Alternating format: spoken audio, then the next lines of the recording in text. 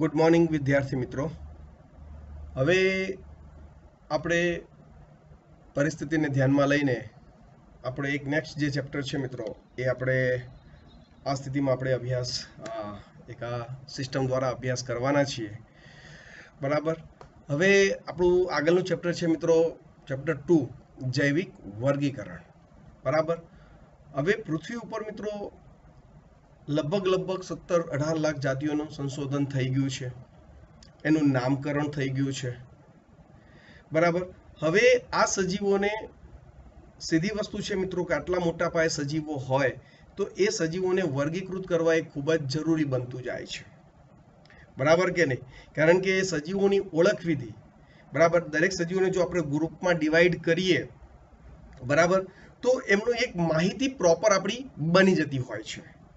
Ready? તો એના માટે સજીવોનું વર્ગીકરણ કરવું ખૂબ જ અગત્યનું એક બાબત હતી. બરાબર, કે જેથી સજીવોને આપણે સરળતાથી ઓળખી શકીએ. બરાબર. હવે જેમ કે પહેલા એક સ્ટેપ હતું કે સજીવોનું નામકરણ કરવું. બરાબર. તો કેરોલસ લિનિયસ દ્વારા દ્વિનામી નામકરણ પદ્ધતિ આવી. બરાબર, કે જેમાં તમે ક્યાંક ધોરણ આગળ 9-10 ની અંદર જોઈ ગયા હશો ભાઈ મકાઈનું વૈજ્ઞાનિક નામ છે જીયા મેઝ. બરાબર, કે ભાઈ પ્રજાતિ અને જાતિ એમ બે નામ આપવા, જીયા મેઝ. બરાબર. તો એ જેમ કે મનુષ્યનું નામ છે હોમો સેપિયન્સ સેપિયન્સ. તો પહેલા તો એ સજીવોને આ રીતે નામકરણ આપી દીધું, સજીવોને આપણે આ રીતે ઓળખ વિધિ કરી લીધી. બરાબર. હવે સજીવોને એમના લક્ષણોને આધારે શું કરવા છે મિત્રો? અલગ અલગ ગ્રુપમાં વર્ગીકૃત કરવા છે. કારણ કે સમય જેમ જેમ આપણે જાણીએ છીએ મિત્રો, આપણે બી એક લેટેસ્ટ થતા જઈએ છીએ. તમે જુઓ, બરાબર, કોઈ પણ વસ્તુ હોય તો શરૂઆતથી આપણે ઉદ્વિકાસ જેમ ચાલતો આવ્યો કે ભાઈ પહેલા એક કોષી સજીવો આવ્યા, પછી બહુકોષી સજીવો આવ્યા, આદિકોષ કેન્દ્રી, સુકોષ કેન્દ્રી. ખ્યાલ આવે છે કે નહીં? તો આખો આ ક્રમ ચાલે છે. તો પૃથ્વી પર કેટલા બધા સજીવો છે? 17-18 લાખ સજીવોને તો આપણે નામથી ઓળખીએ છીએ મિત્રો, નામકરણ થઈ ગયું છે. તો આ બધા સજીવોને એક ચોક્કસ ગ્રુપમાં શું કરવા પડે? વર્ગીકૃત કરવા પડે, કે જેથી જ્યારે પણ આપણે એમનો અભ્યાસ કરીએ તો આપણી અભ્યાસ એમનો સુધી સરળ થઈ જાય. બરાબર. અને આપણે એ પણ જાણી શકીએ કે ભાઈ કુદરતના પરિપ્રેક્ષ્યની અંદર એ કેટલું મહત્વ ધરાવે છે. બરાબર. તો આવી સ્થિતિમાં સજીવોનું એક જૈવિક વર્ગીકરણ, બરાબર, બાયોલોજીકલ ક્લાસિફિકેશન, બરાબર, જે વૈજ્ઞાનિક ઢબે હોવું જોઈએ, એની ખાસ એક ચર્ચા થવી જોઈએ. બરાબર. તો આ ચેપ્ટરની અંદર મિત્રો આપણે પહેલા તો શરૂઆતમાં અલગ અલગ વૈજ્ઞાનિકો દ્વારા આપવામાં આવેલી વર્ગીકરણ પદ્ધતિઓ ઉપર ચર્ચા કરીશું. બરાબર. અને એની અંદર મિત્રો મુખ્ય 5 સૃષ્ટિ વર્ગીકરણ, જે સજીવોને 5 સૃષ્ટિઓમાં વહેંચી દીધા છે. બરાબર. તમે અહીંયા સ્ક્રીન ઉપર જોતા હશો તો મિત્રો સાઈડમાં આપેલું જ છે કે ભાઈ મોનેરા, પ્રોટિસ્ટા, ફૂગ, વનસ્પતિ સૃષ્ટિ અને પ્રાણી સૃષ્ટિ. અને અમુક સજીવો એવા પણ છે કે હજુ જોલા ખાય છે કઈ સૃષ્ટિમાં જવું. બરાબર. તો એ વાયરસ છે, વિરોઇડ્સ છે, લાઇકેન્સ છે, બરાબર, પ્રિયોન્સ છે. બરાબર. તો આ બધાય ટોપિક, બરાબર, બધા એટલે મિત્રો અહીંયા સમજી લો કે ખાલી વનસ્પતિ સૃષ્ટિ અને પ્રાણી સૃષ્ટિ એ બંનેના અલગથી ચેપ્ટર છે. બરાબર. પણ બાકી બધાય ટોપિક આપણે આ ચેપ્ટરની અંદર બહુ જ સરળતાથી આપણે અભ્યાસ કરવાનો છે. બરાબર.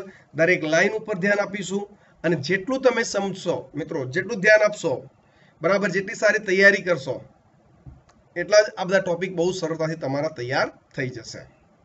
ચલો, ક્લિયર છે દરેકને? ખ્યાલ આવી ગયો?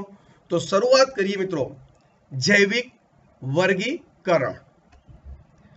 હવે વિદ્યાર્થી મિત્રો અહીંયા ધ્યાન આપો. પહેલાનું જૈવિક વર્ગીકરણ, તો મિત્રો પહેલાનું વર્ગીકરણ કેવું હતું? એકદમ પ્રાકૃતિક, આપણે એમ કહી શકીએ ઉપયોગને આધારે એકદમ સરળ પ્રકારનું વર્ગીકરણ કહી શકાય. બરાબર. કે જેમાં સજીવનો ખોરાક શું છે, એનો આશ્રય શું છે, મતલબ એનું રહેઠાણ શું છે, બરાબર, એનો પહેરવેશ શું છે, મતલબ આ બધી બાબતોને ધ્યાનમાં લઈને એક સરળ કક્ષાનું આપણે એમ કહી શકીએ વર્ગીકરણ કરવામાં આવતું હતું. બરાબર. પરંતુ જેમ જેમ આગળ જતા ગયા, સમય આવતો ગયો, બરાબર, એટલે આ વર્ગીકરણ વૈજ્ઞાનિક ઢબે થવા લાગ્યું. કયા ઢબે મિત્રો? વૈજ્ઞાનિક ઢબે. બરાબર. અને એની અંદર આપણે એમ કહી શકીએ કે પહેલા જે વૈજ્ઞાનિક જે ખરા મિત્રો, બરાબર, કે જે હતા એરિસ્ટોટલ. કોણ હતા મિત્રો? એરિસ્ટોટલ. મિત્રો એરિસ્ટોટલ માટે કહી દઉં તો મેં બાજુમાં જ દર્શાવેલું છે કે તે પ્રાણીશાસ્ત્ર અને જીવ વિજ્ઞાનના પિતા તરીકે ઓળખાય છે મિત્રો. બરાબર, એટલે નીટની અંદર ક્યાંક MCQ પૂછાય કે જીવ વિજ્ઞાનના પિતા તરીકે, તો કે કોનો સમાવેશ થાય મિત્રો? એરિસ્ટોટલનો સમાવેશ થાય છે. ઇવન સાથે સાથે એ પ્રાણીશાસ્ત્રના પિતા તરીકે પણ ઓળખાય છે, તો એને પણ આપણે એક ખાસ આપણે ધ્યાન રાખીશું. બરાબર મિત્રો, હવે એરિસ્ટોટલ હાલની જે વર્ગીકરણ પદ્ધતિઓ છે એના કરતાં તો બહુ પહેલાની વાત છે મિત્રો. એટલે સીધી વસ્તુ છે કે જે શરૂઆતના સમયે વર્ગીકરણની એક પહેલી જ રજૂઆત કહી શકાય આપણે, તો એમને થોડી વૈજ્ઞાનિક ધોરણે સજીવોને બે, એટલે કે વનસ્પતિ અને પ્રાણીઓને એમની એક વહેંચણી કરી પોતાની એક પરિભાષામાં. બરાબર, કે ભાઈ એમને વનસ્પતિઓને વર્ગીકૃત કર્યા તો કે એમને બાહ્ય લક્ષણોને આધારે. કોના આધારે મિત્રો? બાહ્ય લક્ષણોને આધારે વનસ્પતિને એમને મિત્રો 2-3 ગ્રુપમાં વર્ગીકૃત કર્યા. કયા કયા? છોડ, ક્ષુપ અને વૃક્ષ, એવા 3 ગ્રુપમાં વર્ગીકૃત કર્યા. હવે મિત્રો છોડની વાત કરીએ તો આપણે જાણીએ છીએ કે એકદમ કદમાં આપણે જે 2-3 ફૂટની હાઈટ ધરાવતા જે નાની વનસ્પતિઓ હોય એને આપણે શું કહીએ છીએ મિત્રો? છોડ કહીએ છીએ. 10 થી 12 ફૂટ હાઈટ ધરાવતી વનસ્પતિઓને આપણે ક્ષુપ તરીકે ઓળખીએ છીએ. બરાબર, અને 12 થી 14 કે 15 ફૂટ કરતા વધારે જે ઊંચાઈ ધરાવતી વનસ્પતિઓ છે મિત્રો એને આપણે વૃક્ષ તરીકે ઓળખીએ છીએ. બરાબર, તો એરિસ્ટોટલે વનસ્પતિઓની એમની બાહ્ય લક્ષણને, બાહ્ય રચનાને આધારે કેટલા? તો કે 3 ગ્રુપમાં શું કર્યા મિત્રો? વર્ગીકૃત કર્યા. છોડ, ક્ષુપ અને વૃક્ષ. બરાબર છે. સાથે સાથે મિત્રો એરિસ્ટોટલ જે ખરા એમને પ્રાણીઓને પણ 2 ગ્રુપમાં વહેંચી કાઢ્યા. એક લાલ રંગનું રુધિર ધરાવે તે, બરાબર, એટલે મોટા ભાગના જે બધા પ્રાણીઓ છે, બરાબર, કે જે પક્ષીઓ હોય કે સસ્તન વર્ગના હોય કે, બરાબર ને, તો એ બધા જ પ્રાણીઓ ઉચ્ચ કક્ષાના બધા, તો બધા લાલ રંગનું રુધિર જૂથ ધરાવતા હોય છે, તો એમને એક અલગ ગ્રુપમાં કરી દીધા.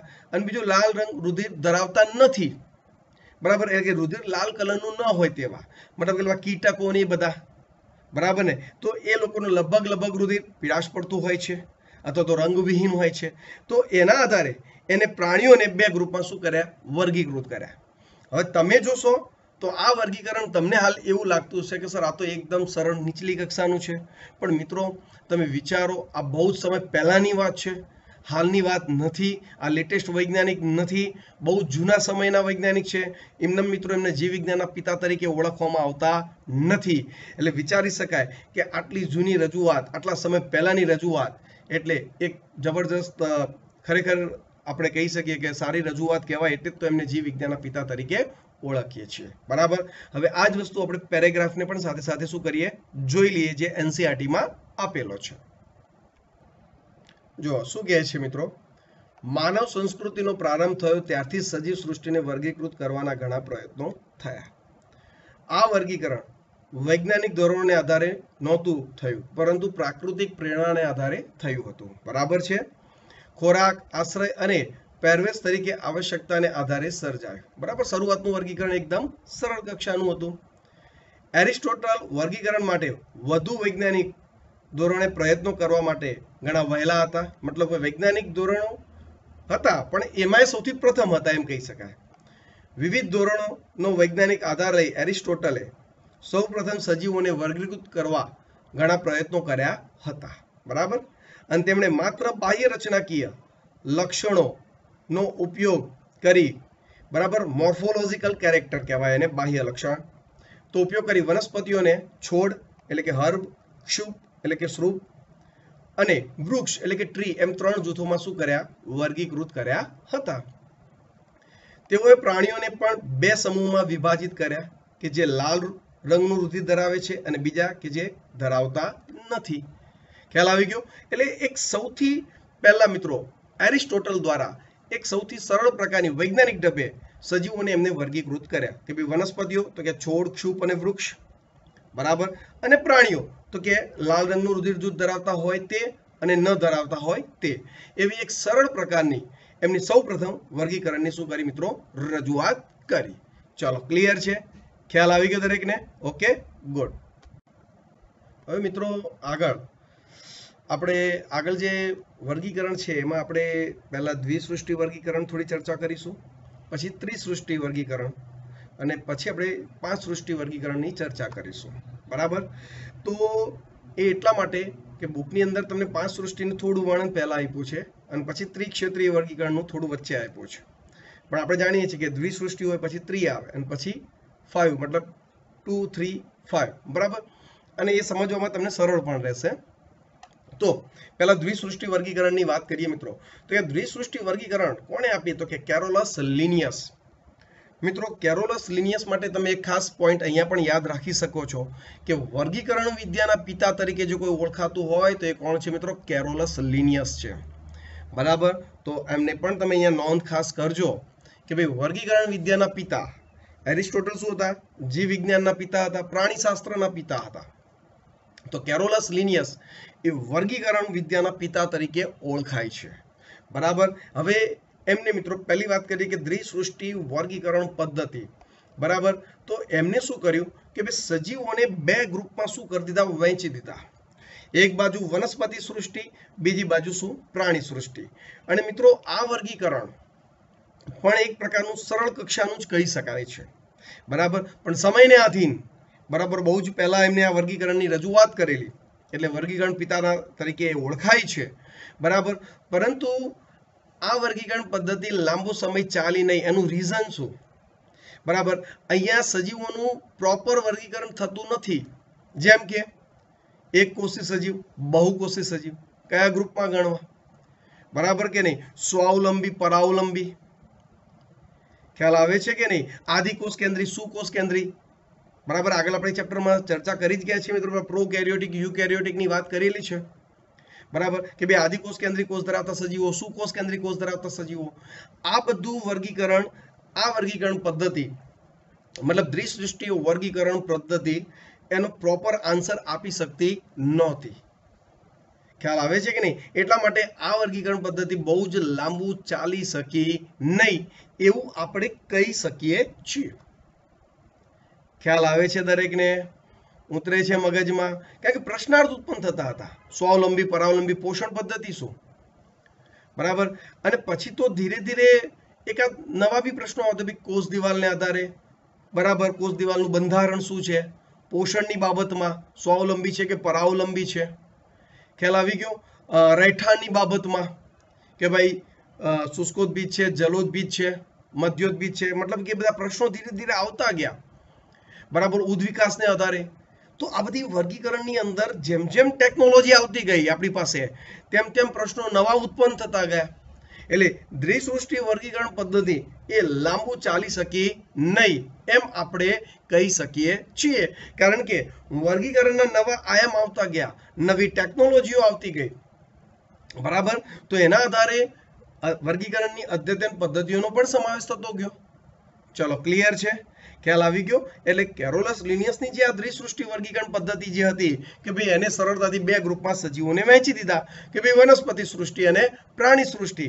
પરંતુ એના અંદર ઉત્પન્ન થતા પ્રશ્નો, ઓકે, શરૂઆતમાં જે વખતે એને વર્ગીકરણ કર્યા એ વખતે ચાલતું હતું ભાઈ ઓકે સજીવો બે ગ્રુપમાં વહેંચાઈ ગયા. બરાબર?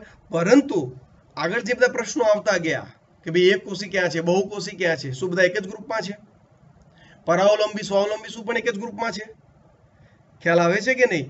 તો આદિકોષ કેન્દ્રી કોષ, સુકોષ કેન્દ્રી કોષ એમને ક્યાં રજૂઆત કરવી? તો આવા પ્રશ્નોને કારણે એમની આ વર્ગીકરણ પદ્ધતિ પણ બહુ લાંબુ ચાલી નહીં. પણ સમયને આધીન હજુ બી તમને કહું છું એમની એ શ્રેષ્ઠ રજૂઆત હતી એવું આપણે કહી શકીએ છીએ. હવે આ જ વસ્તુ મિત્રો મેં જે ચર્ચા કરી હાલને એ બધી જ આપણે એનસીઈઆરટીની વાક્ય રચના સાથે આપણે જોઈએ. બરાબર છે?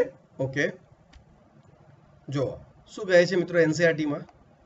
લિનિયસના સમયમાં બધી વનસ્પતિ અને પ્રાણીઓનો સમાવતી દ્વિસૃષ્ટિ વર્ગીકરણ પદ્ધતિ બરાબર વિકસિત થઈ હતી. બરાબર કે નહીં? ઓકે, કે દ્વિસૃષ્ટિ વર્ગીકરણ એક બાજુ પ્રાણી અને એક બાજુ વનસ્પતિઓ. બરાબર? વનસ્પતિ સૃષ્ટિ અને પ્રાણી સૃષ્ટિ. બરાબર? બે સૃષ્ટિઓમાં સજીવોને વર્ગીકૃત કરી દીધા. બરાબર?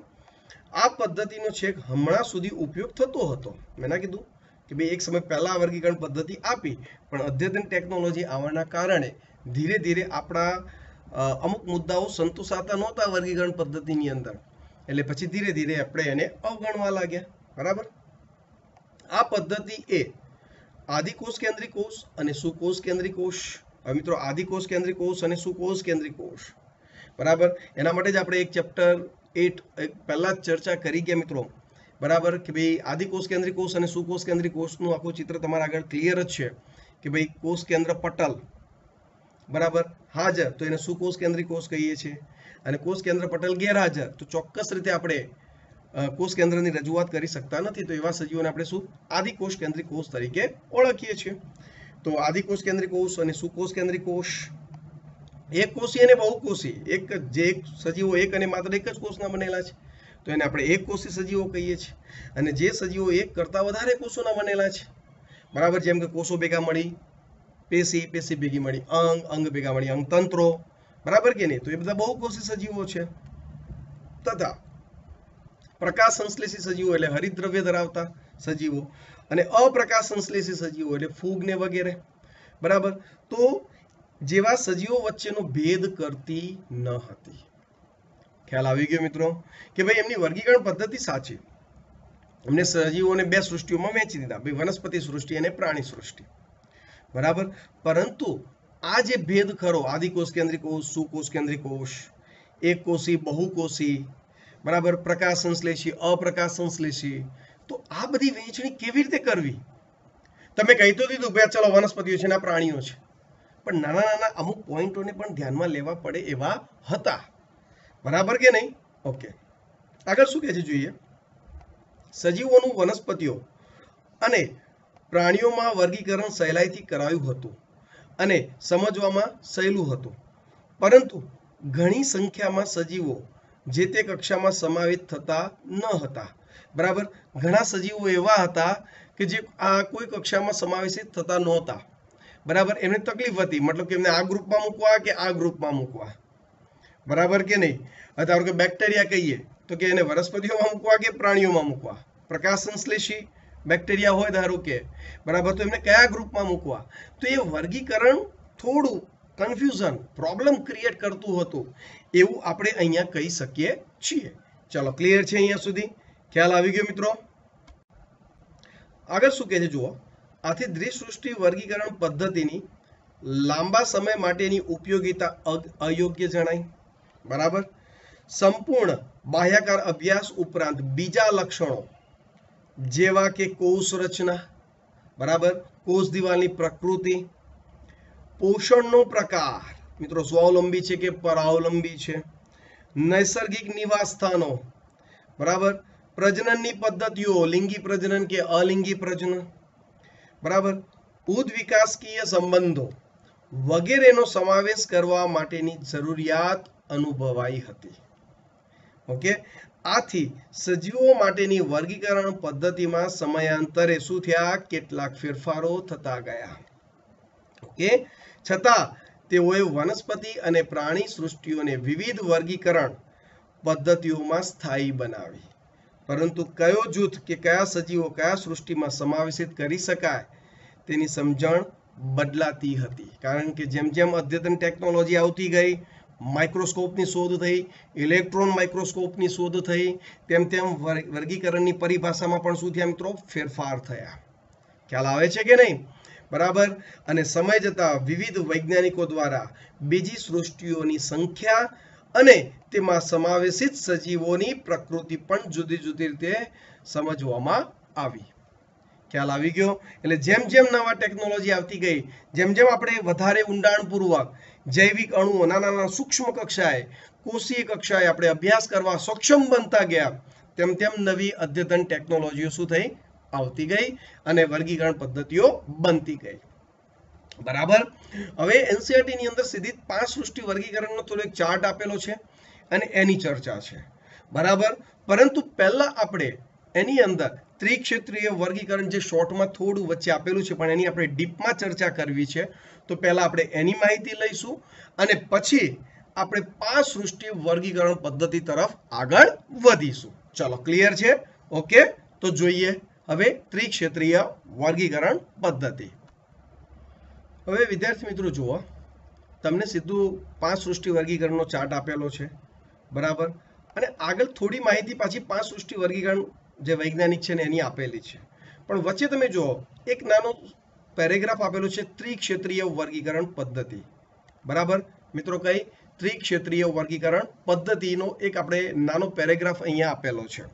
બરાબર, પણ એ વચ્ચે આપેલો છે. ટોટલી ઉપરની આ જે ઉપરની માહિતી અને જે નીચેની માહિતી છે બધી 5 સૃષ્ટિ વર્ગીકરણ પદ્ધતિની છે. બરાબર, તો પહેલા આપણે એક નાની ચર્ચા ત્રિક્ષેત્રીય વર્ગીકરણ પદ્ધતિ ઉપર કરવા માંગીએ છીએ. બરાબર, એનસીઈઆરટી તો બહુ શોર્ટમાં બતાવેલું છે, પણ આપણે થોડું એને ડીપમાં જવું છે. પરંતુ પહેલા આ વખતે હું એનસીઈઆરટી થોડી બતાવી દઉં અને પછી એમાં તમને ડીપમાં ચર્ચા કરું છું. બરાબર, અહીંયા આપણને શું કીધું છે મિત્રો, જુઓ કે ભાઈ ત્રિક્ષેત્રીય વર્ગીકરણ પદ્ધતિ પણ પ્રસ્તાવ કરવામાં આવી, જે સૃષ્ટિ મોનેરાને 2 ક્ષેત્રોમાં વિભાજિત કર્યા. મિત્રો, મોનેરા એટલે બેક્ટેરિયા વાળા સજીવો. બરાબર, અને બાકી રહેલા સજીવો એટલે સુકોષ કેન્દ્રીય કોષ ધરાવતા, તો એને યુકેરિયોટિક સૃષ્ટિ મતલબ ક્ષેત્રની અંદર વિભાજિત કર્યા, જે આગળ જતા 6 સૃષ્ટિઓમાં શું થાય, વર્ગીકૃત થાય છે. તો એનસીઈઆરટી ની અંદર ત્રિક્ષેત્રીય વર્ગીકરણ ઉપર આપણને ફક્ત આટલી જ માહિતી આપેલી છે, પરંતુ આપણે એને થોડી વધારે વ્યવસ્થિત ચર્ચા કરવા માંગીએ છીએ, જેથી તમારું ચિત્ર થોડું વધારે ક્લિયર થાય અને એને લગતા નીટમાં પણ એમસીક્યુ આવે તો તમે સારી રીતે એનો આન્સર આપી શકો. બરાબર છે, ઓકે. હવે મિત્રો અહીંયા જુઓ તમે, ત્રિક્ષેત્રીય વર્ગીકરણ પદ્ધતિ કોણે આપેલી? કાર્લ હુઝ નામના વૈજ્ઞાનિકે. બરાબર, આપણે એમ કહી શકીએ કે આ વર્ગીકરણ પદ્ધતિ આપી હતી. બરાબર, એમણે શું કર્યું? તો ત્રિક્ષેત્રીય કેમ? અહીંયા તમે જોઈ શકો છો મિત્રો, વર્ગીકરણ મિત્રો અહીંયા મેં ગોળ રાઉન્ડ સ્વરૂપે 3 ક્ષેત્રોની અંદર વર્ગીકૃત કરેલા છે. બેક્ટેરિયા ડોમેઇન, આર્કિયા ડોમેઇન અને યુકેરિયા ડોમેઇન. બરાબર, મતલબ અહીંયા તમે જુઓ સજીવોને 3 group, archaea domain, bacteria domain અને યુકેરિયા ડોમેઇન. મતલબ એને જે હુઝ નામના જે વૈજ્ઞાનિક ખરા એ સજીવોને 3 ગ્રુપમાં શું કર્યા, વર્ગીકૃત કરી દીધા છે. આર્કિયા, બેક્ટેરિયા અને યુકેરિયા. તમને એનસીઈઆરટીમાં શું કીધું કે મોનેરા 2 ગ્રુપમાં વર્ગીકૃત કરી દીધા અને એક યુકેરિયો. બરાબર, યુકેરિયોટા. બરાબર, તો અહીંયા મિત્રો એ જ છે મોનેરા એટલે તમે જુઓ મિત્રો, અહીંયા મેં નીચે દર્શાવ્યું છે ભાઈ મોનેરા. તો મોનેરા એટલે શું? આદિકોષ કેન્દ્રીય કોષ ધરાવતા સજીવો. તો એ આદિકોષ કેન્દ્રીય કોષ ધરાવતા સજીવો 2 ગ્રુપમાં વહેંચી ગયા, એક આર્કિયા ડોમેઇન અને બીજા કયા, બેક્ટેરિયા ડોમેઇન. એક આર્કિયા ડોમેઇન ને બીજા કયા છે મિત્રો, બેક્ટેરિયા ડોમેઇન. અને જે સુકોષ કેન્દ્રીય કોષ ધરાવતા સજીવો છે તો એ બધા યુકેરિયોમાં આવી ગયા, યુકેરિયા ડોમેઇનમાં. ખબર પડી? એટલે 3 ક્ષેત્રોમાં સજીવોને શું કરવા, વર્ગીકૃત કરવા, એટલે એને ત્રિક્ષેત્રીય વર્ગીકરણ પદ્ધતિ તરીકે ઓળખવામાં આવે છે. બરાબર, હવે આગળ કેવી રીતે 6 સૃષ્ટિ મતલબ કે 6 ગ્રુપમાં વહેંચાય એની ચર્ચા કરીએ, પણ એ પહેલા હું તમને આર્કિયા ડોમેઇન અને બેક્ટેરિયા ડોમેઇનની થોડી માહિતી આપવા માંગુ છું, કે જેથી ક્યાંક એને લગતો કોઈ એમસીક્યુ આવે તો 100% તમે સોલ્વ કરી શકો. અને આ માહિતીને મિત્રો તમે પોઝ કરીને પણ નોંધ કરી શકો છો. બરાબર, હવે શું કહે છે બંને જુઓ, આર્કિયા ડોમેઇન અને બેક્ટેરિયા ડોમેઇનને મેં તફાવત સ્વરૂપે અહીંયા દર્શાવેલું છે કે ભાઈ આર્કિયા ડોમેઇન તો કે કોષ કેન્દ્ર પટલ વિહીન, બેક્ટેરિયા ડોમેઇન કોષ કેન્દ્ર પટલ વિહીન. મતલબ કે બંને કોષ કેન્દ્ર પટલ વિહીન રચનાઓ છે, એટલે તો બંને આદિકોષ કેન્દ્રીય કોષ છે. જુઓ મિત્રો, બંને કેવા છે મિત્રો, આદિકોષ કેન્દ્રીય કોષ ધરાવતા સજીવો આપણે કહી શકીએ છીએ. ચલો, ક્લિયર છે? બીજા બંને વચ્ચેનો ફરક શું છે મિત્રો? આર્કિયા ડોમેઇન જે ખરા એમની કોષ દિવાલ પેપ્ટિડોગ્લાયકેનની બનેલી નથી. પેપ્ટિડોગ્લાયકેન મિત્રો, પેપ્ટિડોગ્લાયકેન, પેપ્ટિડો એટલે એમિનો એસિડ્સ, પ્રોટીનની ભાગ રચના, ગ્લાયકેન એટલે સુગર્સ, એમિનો સુગર્સ કહી શકાય. મતલબ આ જે આર્કિયા ડોમેઇન જે ખરા એમની કોષ દિવાલ પેપ્ટિડોગ્લાયકેનની નથી બનેલી, મતલબ કે સાદી પ્રોટીનની બનેલી છે, પણ શર્કરાયુક્ત પ્રોટીનની હાજરી જોવા મળતી નથી. બરાબર, જ્યારે બેક્ટેરિયા ડોમેઇનની કોષ દિવાલ પેપ્ટિડોગ્લાયકેનની બનેલી છે, મતલબ કે એમિનો સુગર્સની એની અંદર હાજરી જોવા મળે છે. બરાબર છે, ઓકે. આર્કિયા બેક્ટેરિયા વિપરીત સ્થિતિમાં પણ જીવી શકે છે. વિપરીત સ્થિતિ મિત્રો, બરાબર, જેમ કે મિથેનોજેન્સ. બરાબર, મિથેનોજેન્સ અજારક બેક્ટેરિયા છે મિત્રો, ઓટીની ગેરહાજરીમાં પણ જીવંત રહી શકે છે. તમને ક્યાંક આગળ આવશે બાયોગેસ ઉત્પાદનમાં મિત્રો મિથેનોજેન્સ નામના બેક્ટેરિયા હોય. બરાબર, પ્રાણીઓના પાચન માર્ગની અંદર બરાબર એમની હાજરી જોવા મળે છે, ખાસ કરીને ગાય, ભેંસ ને બધા. બરાબર, એમના છાણમાં આ મિથેનોજેન્સ નામના બેક્ટેરિયા હોય છે અને બાયોગેસ પ્લાન્ટમાં એમનો જ ઉપયોગ કરવામાં આવે છે, જેમાંથી મિથેન વાયુ દ્વારા આપણો બાયોગેસનું નિર્માણ થતું જોવા મળે છે. મિત્રો, હેલોફિલસ એકદમ આપણે એમ કહી શકીએ કે એવું આપણે અતિ ક્ષારયુક્ત માધ્યમમાં પણ એ જીવંત રહી શકે છે, અતિ ક્ષારયુક્ત. બરાબર. તો અને થર્મો એસિડોફિલસ મિત્રો, ગરમ ઠંડા પાણીના જે પણ જરા હોય, ગરમ પાણી એકદમ ઊંચું ટેમ્પરેચર એસિડિક માધ્યમ એમાં પણ જીવંત રહી શકે છે. એટલે તો કીધા મિત્રો વિપરીત પરિસ્થિતિમાં પણ જીવંત રહી શકે છે. બરાબર. બીજી બાજુ સાયનોબેક્ટેરિયા, આ બાજુ મિત્રો બેક્ટેરિયા ડોમેનની વાત કરીએ તો આ સૃષ્ટિના જાણીતા રોગકારકો છે, મતલબ કે આ સૃષ્ટિ રોગકારકો સાથે વધારે સંકળાયેલી છે. બરાબર. પણ સાયનોબેક્ટેરિયા તમે જાણો છો પ્રકાશ સંશ્લેષી સજીવ છે, એક કોષી સજીવ. બરાબર. બેક્ટેરિયા. સ્પાયરોકીટ મિત્રો gram negative bacteria, gram negative gram positive જાણો છો. બરાબર. Firmicutes gram positive bacteria. તો આ ગ્રુપમાં મિત્રો એવા પણ બેક્ટેરિયા છે કે જે રોગકારકો છે, અમુક પ્રકાશ સંશ્લેષી છે. બરાબર. તો આર્કિયા ડોમેન થોડા નીચલી કક્ષાના, એનાથી થોડા સુધરેલા કહીએ ઉદ વિકાસની ભાષામાં, તો બેક્ટેરિયા ડોમેન એનાથી ઉપર છે. તો આ બંને મોનેરા સૃષ્ટિ આવી ગઈ. બંને શું આવી ગઈ મિત્રો? મોનેરા સૃષ્ટિ. અને ત્રીજી કઈ છે મિત્રો? Eukarya domain. તો એને જોઈએ આપણે હવે. જો મિત્રો યુકેરિયા ડોમેન જેનું ત્રીજું ક્ષેત્ર હતું, પણ એ ત્રીજા ક્ષેત્રને પાછી 4 ગ્રુપમાં ઉસ નામના વૈજ્ઞાનિકે વહેંચણી કરી. પ્રોટિસ્ટા, ફૂગ, વનસ્પતિ સૃષ્ટિ અને પ્રાણી સૃષ્ટિ. મતલબ આ એ સજીવો છે કે જે કોષ કેન્દ્ર પટલ ધરાવે છે, સુકોષ કેન્દ્રી કોષ ધરાવતા સજીવો. હવે એમાં એક કોષી હોય તો પ્રોટિસ્ટા, અમીબા, પેરામિશિયમ ને એ બધા. બરાબર. બહુકોષી હોય પણ પોષણ માટે બીજા ઉપર આધાર રાખતા હોય. બરાબર. મતલબ કે ફૂગ ને એ બધા. તો એ ફૂગ સૃષ્ટિ આપી દીધી. બરાબર. પછી એની અંદર હા એ ફૂગ સૃષ્ટિમાં એ પાછી એક કોષી ને બહુકોષી બંને હોવાના. બરાબર. પછી વનસ્પતિ સૃષ્ટિ કે જેમાં વનસ્પતિઓનો સમાવેશ થઈ ગયો. અને પછી મિત્રો પ્રાણી સૃષ્ટિ. બરાબર. જેની અંદર પ્રાણીઓનો સમાવેશ થાય છે. ખ્યાલ આવે છે કે નહીં મિત્રો? તો તમે જોઈ શકો છો 4 આ આર્કિયા ડોમેન, 5 આર્કિયા બેક્ટેરિયા અને બેક્ટેરિયા મતલબ કે ડોમેન. તો કુલ કેટલા? 6 સૃષ્ટિ થઈ ગઈ ને એમ જોવા જઈએ તો. એટલે કે યુકેરિયા ડોમેન પાછું 4 માં વહેંચાય, એટલે 4 ને પેલા 2 એમ કરીને કુલ કેટલા? તો કે 6 સૃષ્ટિઓમાં એ આ રીતે વર્ગીકૃત થતી જોવા મળે છે. બરાબર. જ્યારે પ્રોટિસ્ટા, ફૂગ અને વનસ્પતિ સૃષ્ટિ અને પ્રાણી સૃષ્ટિનો આપણે ડીપમાં અભ્યાસ છે જ ઓલરેડી, એટલે બધી જ માહિતી તમને મળવાની છે. બરાબર. તો અહીંયા આશા રાખો દરેક વિદ્યાર્થીઓને ત્રિક્ષેત્રીય વર્ગીકરણ પદ્ધતિ ક્લિયર થઈ ગઈ હશે. બરાબર. તો આજે આપણે એક પ્રસ્તાવનાની ચર્ચા કરી. બરાબર. સાથે સાથે દ્વિસૃષ્ટિ વર્ગીકરણ પદ્ધતિ ચર્ચા કરી અને સાથે સાથે ત્રિક્ષેત્રીય વર્ગીકરણ પદ્ધતિની આપણે ચર્ચા કરી. બરાબર. નેક્સ્ટ લેક્ચરની અંદર મિત્રો આપણે 5 સૃષ્ટિ વર્ગીકરણ પદ્ધતિની ચર્ચા કરીશું. બરાબર છે? બરાબર કે?